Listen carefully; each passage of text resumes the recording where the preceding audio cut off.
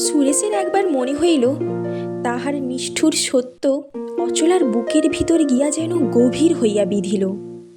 কিন্তু পিতা সেদিকে দৃকপাতও করিলেন না, বরঞ্চ কন্যাকেই ইঙ্গিত করিয়া বলিতে লাগিলেন, সুরেশবাবু, আপনি যে প্রকৃত বন্ধুর কর্তব্য করতে এসেছেন এ কথা আমরা কেউ যেন ভ্রমেও না অবিশ্বাস করি। হোক না অপ্রিয়, হোক না কঠোর, কিন্তু তবুও এই যথার্থ ভালোবাসা। মা যখন তার পীড়িত শিশুকে অন্ন থেকে বঞ্চিত করেন, সে কি তার কঠোর ঠেকে না? কিন্তু তবুও তো সে কাজ তাকে করতে হয়। সত্য বলছি সুরেশবাবু, মহিম যে আমাদের প্রতি এত বড় অন্যায় করতে পারেন এ আমি স্বপ্নেও ভাবিনি। বছর দুই পূর্বে সমাজে যখন তার কথায় ব্যবহারে মুগ্ধ হয়ে আমি নিজেই তাকে সসম্মানে বাড়িতে ডেকে এনে অচলার সঙ্গে আলাপ করিয়ে দিই, সে কি তার এমন করেই প্রতিফল দিলে? উফ, এত বড় প্রবঞ্চনা আমার জীবনে দেখিনি। এই বলিয়া কেদারবাবু ভিতরের আবেগে উঠিয়া ঘরের মধ্যে পায়চারি করিতে লাগিলেন।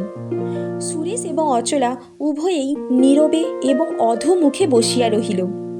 কেদারবাবু হঠাৎ এক সময়ে দাঁড়াইয়া পড়িয়া মেয়েকে উদ্দেশ্য করিয়া বলিয়া উঠিলেন, না মা অচলা, এ চলবে না, কোনো মতেই না। সুরেশবাবু, আপনি যেমন কর্তব্য সকলের উপরে রেখে বন্ধুর কাজ করতে এসেছেন, আমিও সেই কর্তব্যকেই সুমুখে রেখে পিতার কাজ করব।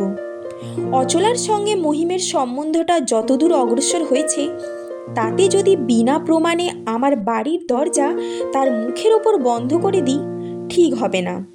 সেই জন্য একটা প্রমাণ চাই। আপনি মনে করবেন না সুরেশবাবু, আপনার কথায় আমরা বিশ্বাস করতে পারিনি, কিন্তু এটাও আমার কর্তব্য। কি মা অচলা, একটা প্রমাণ নেওয়া আমাদের উচিত কি না? উভয়েই তেমনই নীরবে বসিয়া রহিল। উচিত অনুচিত কোনো মন্তব্যই কেহ প্রকাশ করিল না। কেদারবাবু ক্ষণকাল অপেক্ষা করিয়াই বলিলেন, কিন্তু এ প্রমাণের ভার আপনারই উপর সুরেশবাবু। মহিমের সাংসারিক অবস্থা জানা তো দূরের কথা, কোন গ্রামে যে তার বাড়ি তাই আমরা জানি নে। বেহারা আসিয়া জানাইল, নিচে বিকাশবাবু অপেক্ষা করিতেছেন।